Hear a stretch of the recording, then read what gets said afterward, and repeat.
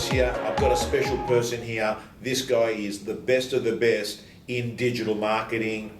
Met him at a conference recently, and we're going to have this two-part series called Killer Digital Marketing for Real Estate Agents. This man's the go-to expert on social media and web strategies in the real estate industry. How are you, Adam? Very well, thanks, Tom. Okay, so Adam, just a brief summary on your background, 60-second version of who you are and what you do. Sure, so for the last decade, Tom, I've run my marketing firm called Blue Wire Media, and as the web and social media has evolved and matured, we've been on the front line to be able to really see what works and what doesn't work. Because as you know, there's a lot of noise, distractions, and shiny objects with the web, but we've really narrowed in on what you need to focus on as a real estate agent. Excellent. You've written a book. I'll just show this book, Web Marketing That Works. Adam Franklin and Toby Jenkins, and Adam is more the face of that business. I certainly do some public speaking, yet Toby's a little kid these days, so right. I'm out and about on the road. Okay, so I want you to know, the audience that you're talking to right now are real estate agents. Their number one goal is to sell real estate. To sell real estate, they need to get listings. They need to be selected as an agent. They need to have a brand. They need to have presence.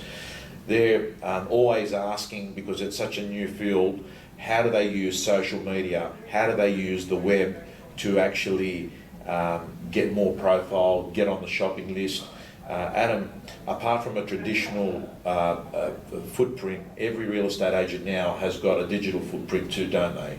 Absolutely. It is definitely important to be using social media and the web basically to complement what you're doing already and to scale what you're doing. It's not an excuse to go hiding behind Facebook. You still need to do your face-to-face meetings, you still need to do your telephone calls, but there's only so many hours in a day. So there's only so many meetings you can have, there's only so many phone calls you can make. So where the web and social media really comes into its own is because you can actually scale. So you might do a short video as an introduction, you might give a short video about what to do when you're looking for a property, or how to, when you're delivering a listing. So those types of things can be recorded once and leveraged. So being on social media allows you to free up some time in the day to do more of the stuff that gets you listings, and at the same time you can be building your digital footprint to attract the right types of people that will be giving you the listings in the first place. Okay, so what you're saying is, Adam, you're creating content and you're building an encyclopedia of content. Every time you do something, this thing's permanently being made and is going up there. That's the beauty of it, yeah, because if you're publishing content, whether it's video or podcasts or written content on a blog, you're providing value for people. And once you've written an article once, it can help somebody tomorrow, next week, next year.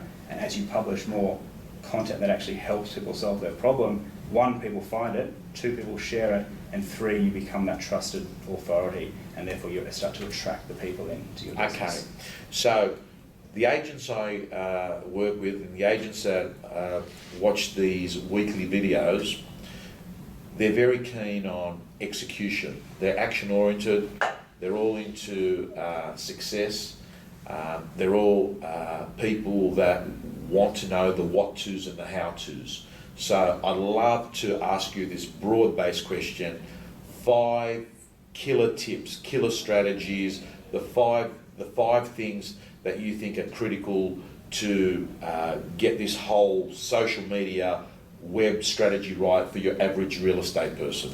Okay, so the first thing to do is to actually go ahead and understand how the web works from 20,000 feet. Like, there's no point just running off to the latest tactic because you hear about it on Twitter or on the news or something. So understanding how the web works, and there's 2 things to keep in mind. The first is to focus on things that you actually own yourself, and by that I mean things like your email list and your blog and your website. Stuff that you have control over, that's the primary thing to be focusing on.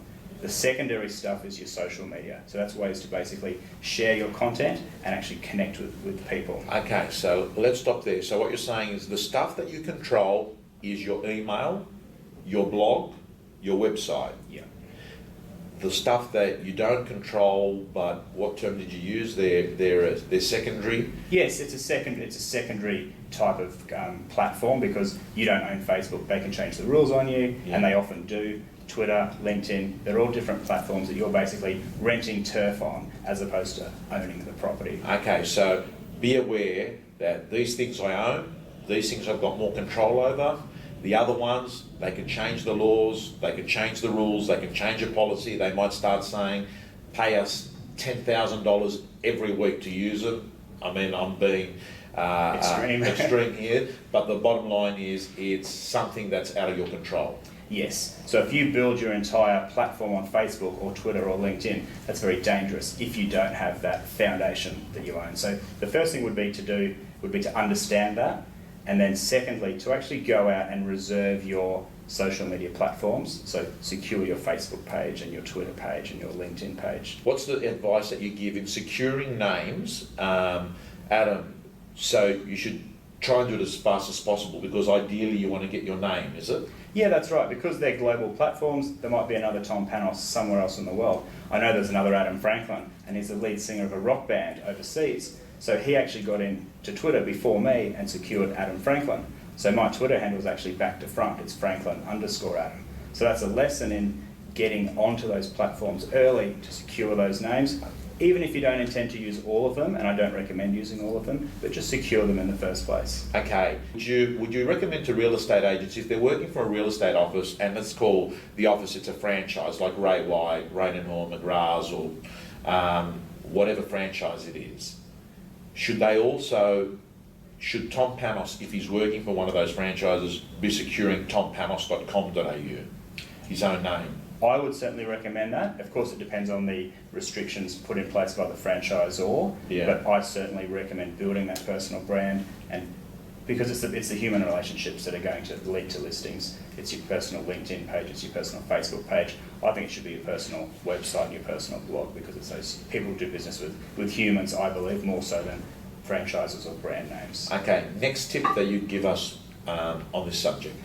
The next tip is to not be extreme in one way or the other. So don't try and take on every single social media platform and conquer the world in 2 days because you're going to spin your wheels, you're going to dilute your efforts, and you're going to get overwhelmed and ultimately stop, which is no good. And by the same token, you don't want to just use it as an excuse to spend all day on Facebook and to hide behind it because you still need all that face-to-face stuff. It's really good to have a balance, to pick a handful of platforms that your buyers are on, or the people listing the properties are on. Yeah. Because you'll notice in social media land, people say, well, what platform should I be on? Should I be on Twitter, LinkedIn, or whatever? It doesn't really matter. It's the same as saying, well, which should I call somebody on their landline or their mobile phone or their home line or their office line? It doesn't matter how you're contacting them. It just matters that you are, and you're doing it on the platform that is most important to the person who's buying from you. So if they're on LinkedIn, communicate with them on LinkedIn. If they're on Facebook, form a relationship on Facebook.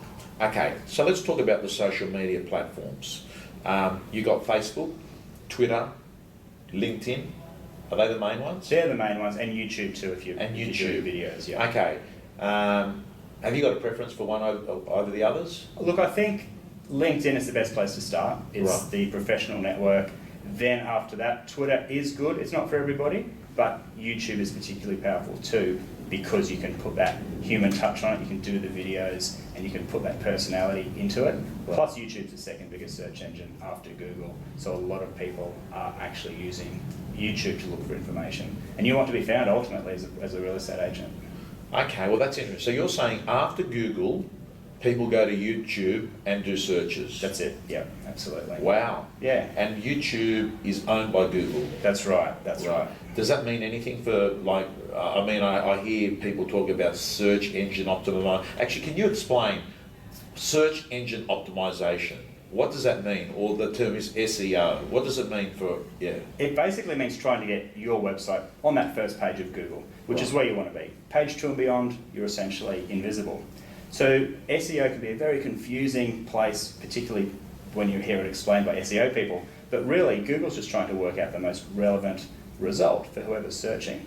If you're a real estate agent in Sydney, Google doesn't know you're a real estate agent in Sydney unless you actually use the words real estate agent Sydney on your webpage. Right. And then of all the people that have Real Estate Agent Sydney on their website, Google's got to decide who's first and who's last, and every single ranking in between. So it's got to look for signals and cues that determine how much authority you have. And so a very authoritative site has lots of backlinks pointing to it. Okay, can explain what is a backlink? So a backlink is any web page that links back to your website. So if my website, bluewiremedia.com.au, had a page that linked to tompanos.com.au, that is a backlink. I'm linking to you. Right. What you want to do ideally then is to get a lot of backlinks, is it? Yes, in essence, that's right. The more backlinks you've got, the more Google knows that you're an authoritative site, and therefore it pushes you up the search results. Right. Okay. So let's keep talking about tips that you're giving to people. What other tips can you give to the real estate community? The best thing to do is, if you're looking for listings and you're looking for referrals, then social media is so powerful for this. Except what most people do is they go out asking for referrals, which is definitely effective. But what I've found is an even better way is to actually be generous first and to lead with helping other people and being valuable to other people. So if you've got a whole bunch of type A prospects, for example, that you'd like to do business with, identify who they are, and then actually start to gather some intelligence on them. What projects are they working on? What means a lot to them as a hobby or a passion, or their family members? And always be on the lookout for ways to help them.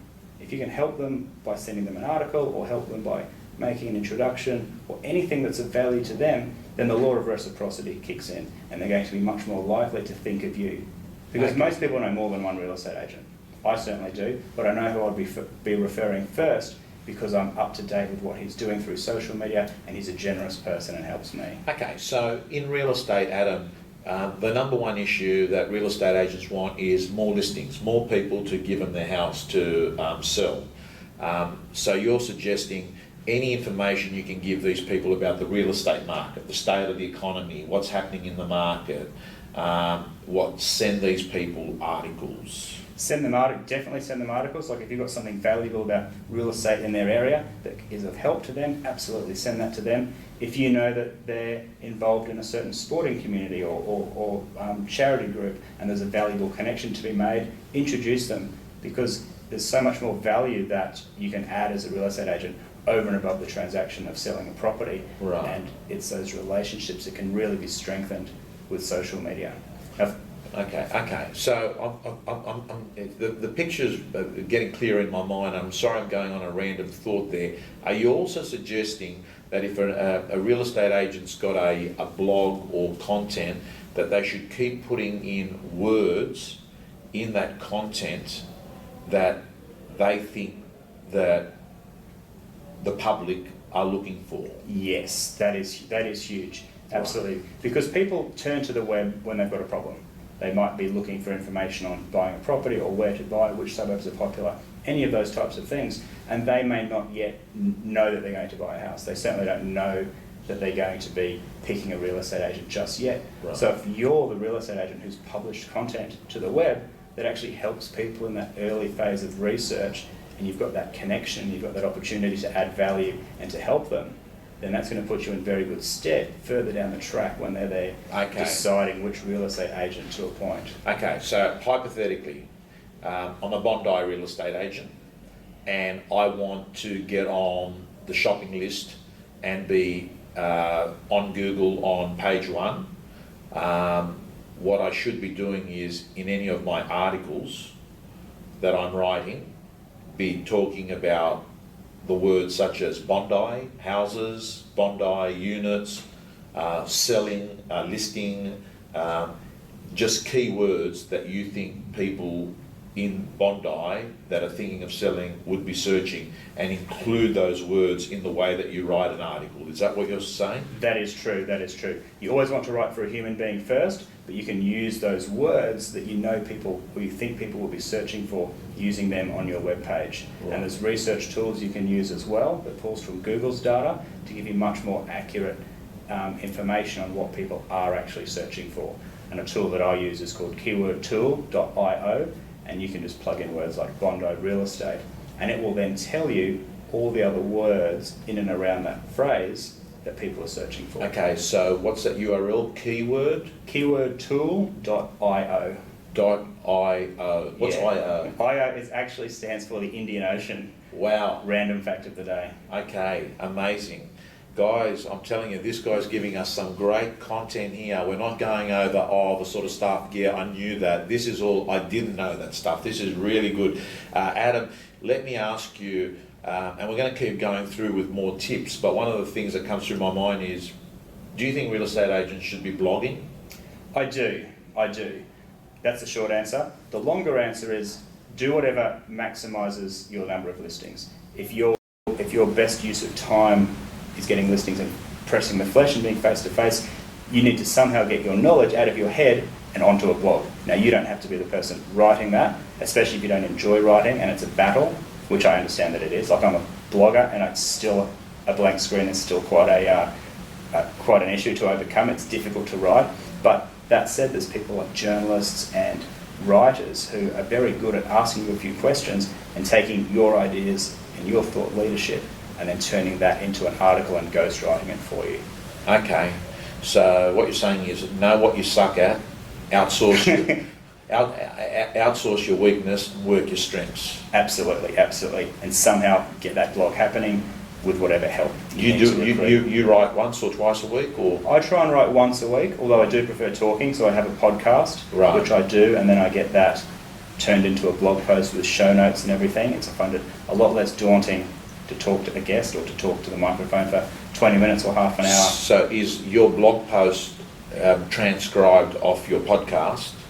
Not always. Right. When it's a short video, we've done a lot of YouTube videos that we do transcribe and then also repurpose into ebooks. Right. Although for the podcast itself, no, we haven't. Right. Is it a difficult process to take something that's a video and turn it into words? Do you do it by hand or you give it? I used to do it by hand, and it was well. We used to have some interns at work. We'd often give them that as a task to do. It wasn't that enjoyable, but it got done. And then we discovered this really useful tool called speechpad.com. Right. And it's a transcription service, and it's 99.9% accurate. You just upload a YouTube URL, or you upload the audio file or the video file, and it will actually translate it for you. And if it's a 12-minute video, it costs you $12. So very cost effective. And audio, it's the same price? Same deal. Speechpad? Speechpad.com. Okay, again, gold nuggets. I mean, I've got to tell you, the information that you're giving, the real estate industry is not one that's been exposed to. All we hear is, you got to be on social media. No one tells us the what and hows, you know. Keep going, Adam. Other tips that you give to the real estate industry in your space? Well, you're out at houses and properties, particularly on the weekends, and everybody's got a smartphone in their pocket. Instagram is a very useful and powerful tool these days because it's a photo sharing application. And if you're at a property that you're listing and you're taking photographs, or maybe you're getting a photograph of the happy buyers or the happy sellers, then these are great opportunities just to remain top of mind with the people that you connect with on social media. If you're constantly reminding people and staying top of mind that you're a good agent and you get listings and you sell property, then when people do get asked that question at the barbecue, do you know a good real estate agent? You go, actually I do, because I've seen this person's stuff on Instagram or on Facebook. Yeah. And it doesn't have to be over the top at all. It's not just about doing all your real estate listings, but it's interspersed with stuff about you as a person, because you do business with people who you know, like and trust, and if you've got a listing one day and then a social photo from another, it's a really powerful way, because your professional and your personal life always blur, they always blend, and if people can feel like they're getting to know you and like you, as well as knowing that you're a great real estate agent, it's a very powerful combination to be winning listings. Absolutely, and I think the audience knows that we are real estate people, but people list with a human being first and a real estate agent second.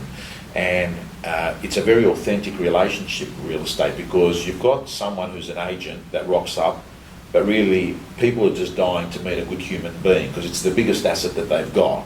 And real estate has had a perception that, you know, if you pick a bad one, it can be a nightmare. So what you're saying is you can use social media to provide unquestionable proof over a period of time.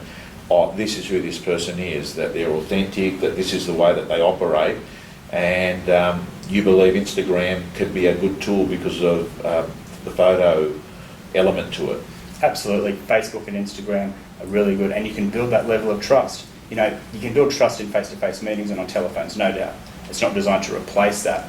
It's designed to complement that, because whilst you're actually at the house, it takes no extra time to pull out your camera and take a photograph with the buyers, with the sellers, with the property, and post it. So yeah, it's adding that proof on a scalable way. Is most of your posting on social media done by mobile phone? Probably more the computer. Right. Probably more the computer if I was to think about it. Right. Definitely photos on Instagram, through the phone. Right. I tend to write a blog post or do a podcast, and then I'll actually schedule it out using tools like Buffer. Right. So I would typically do that on So the computer. what is Buffer?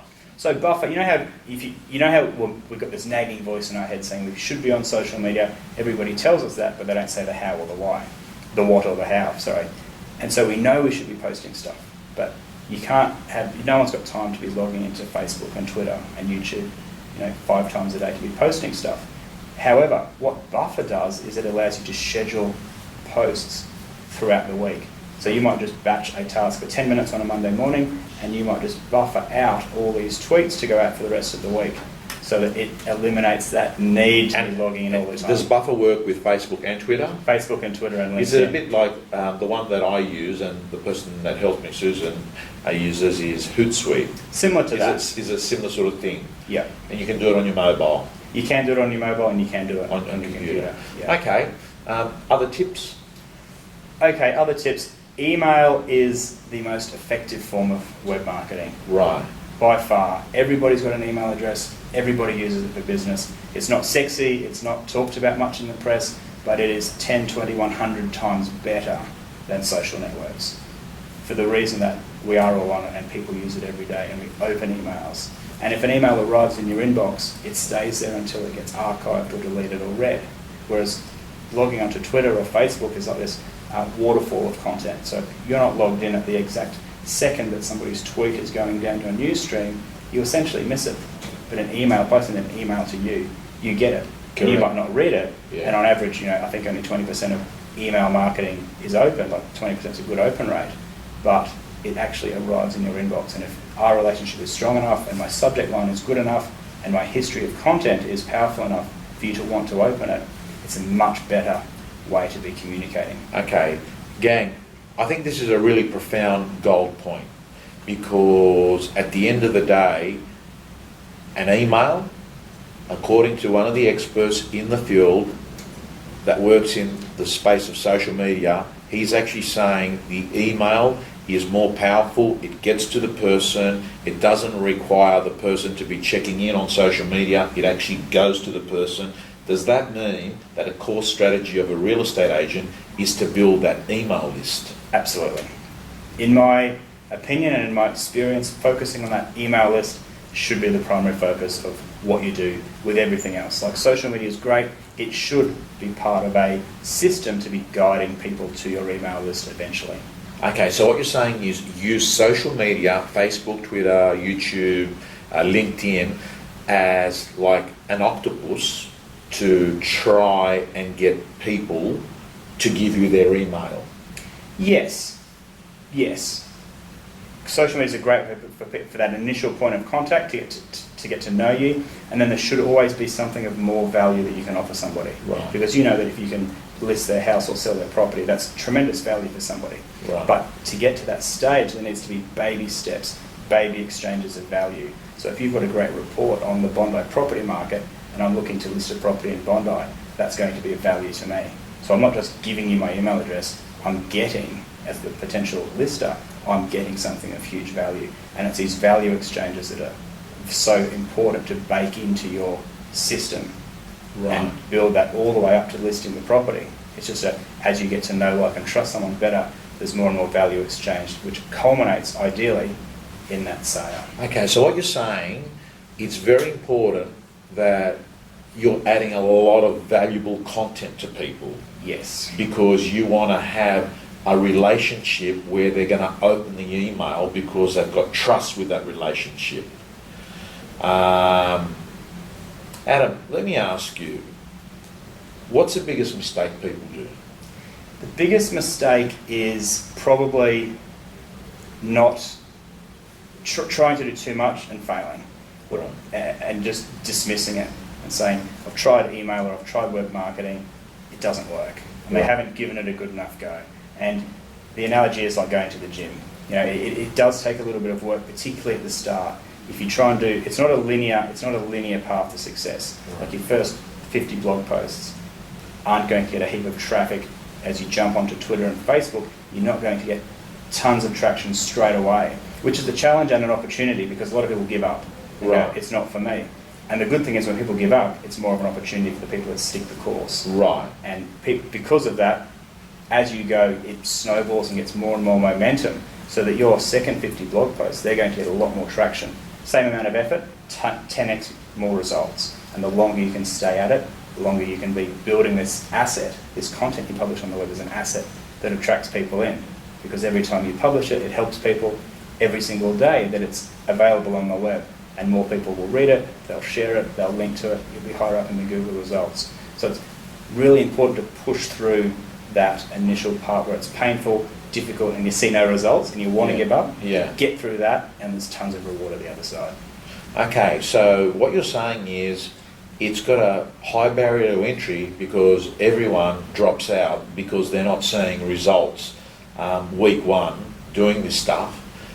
So obviously one of the biggest challenges is having the persistence and perseverance to keep posting, keep writing blog posts, and to keep doing things even though you're not getting a reaction or getting any business from it. Yes, and there's strategic things you can be doing in the start. You can blog forever on your own blog and it might take forever to get traction. You might never get traction. There's so many blogs that are abandoned or don't get any traffic.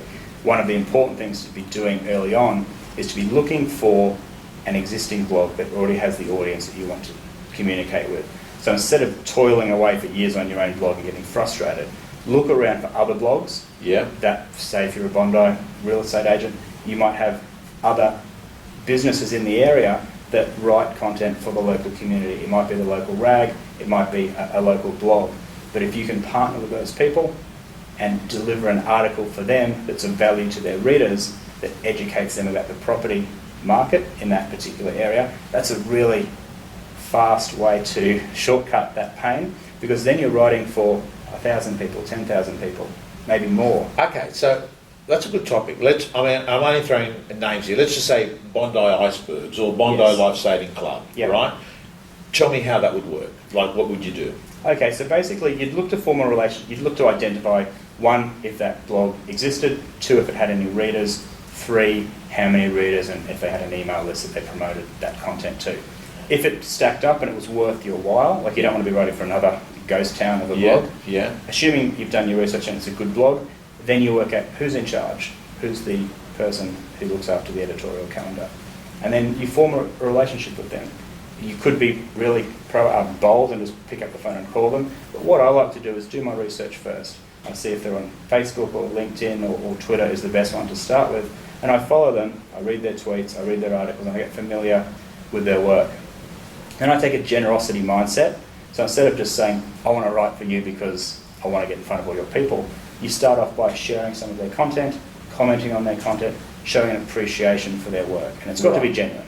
Right. You've got to actually read it, and if you enjoy it, it's got to be sincere. You can't just bluff your way through that stuff. It's got to be authentic and sincere. Because that way you start to form a relationship. And then you can start to email them or tweet them directly and ask them things like, what project are you working on? How can I help? I'm in the area too. And start a real conversation. You don't want to beat around the bush forever. Eventually you'll say, listen, I understand about your audience now. I've been following your blog for X number of weeks or months. I'm actually working on an article on XYZ, Bondi property market. I think it might be of value to your audience because your audience is predominantly living in the suburbs of Bondi.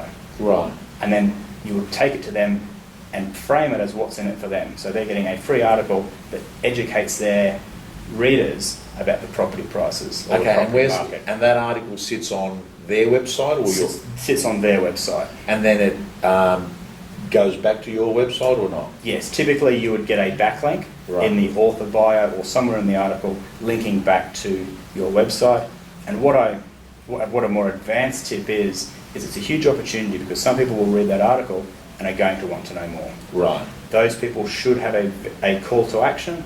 It doesn't have to be aggressive or anything. In fact, a gentle call to action works best, to say something like, if you found this article on the property market in Bondi useful, head over to my website and download my full report or something else of even more value. So again, you're taking people through those baby steps of those value exchanges. Yeah. A free article on the Icebergs blog, for example, and then a call to action to come over to your website to find more information. And you're gradually strengthening that relationship. And it scales because that article is going to be on the Icebergs blog forever now. So every time somebody finds it, it could be more people coming to your site.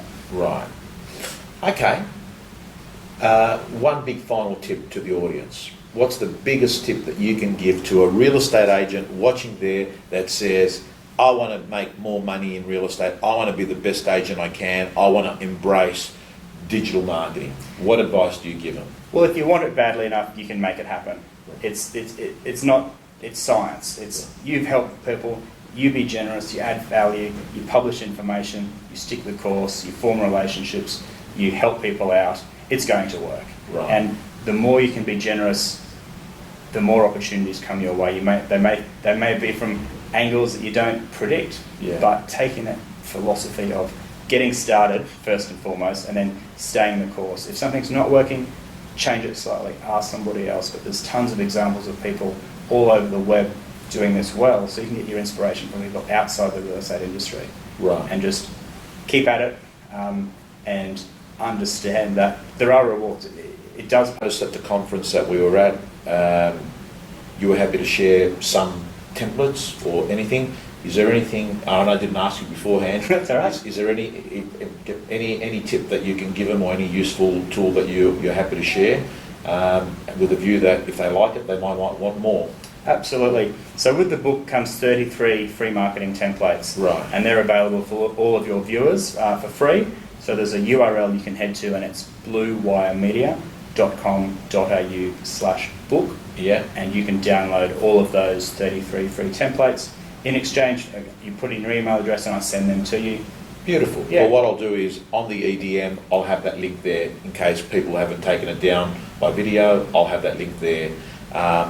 Thank you so much, Adam. Again, we'll check in with you in the near future because this thing's evolving all the time, and I'd love to know that we've got one of the go-to people in the industry to come in and give us an update on what's hot, what's not. Thank you so much. It's a pleasure, Tom. Thank you, Adam. When you're told that things aren't looking good, you can actually start looking backwards in your life. And what I say is it's a very good exercise to reverse engineer your life. In your last hour, in your last day, what would you say? Did I live a lie? Did I actually live someone else's life?